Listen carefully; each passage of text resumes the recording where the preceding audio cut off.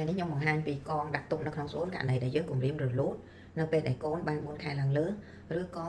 យើងគម្រាមសម្រាប់មុនខែគម្រាមរលូតបានន័យថាចាប់ពី4ខែឡើងលើទើបគេអាចដាក់បានហើយមិនមែននៅក្នុងក្រោម3ខែទេ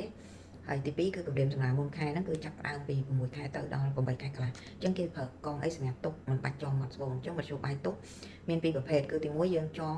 នៅមាត់ស្បូនដើម្បីទុកទី2គឺយើងប្រើកងទុកបានអញ្ចឹងកងដែលគេប្រើក្នុងការទុកគឺមានរូបរាងបែបនេះចឹងរូបរាងកងបែបហ្នឹងគេដាក់ចូលទៅទុកដោយជាតិស៊ីលីកូនអញ្ចឹងបងប្អូនឃើញធំអញ្ចឹងតាមពិតវាបត់បាន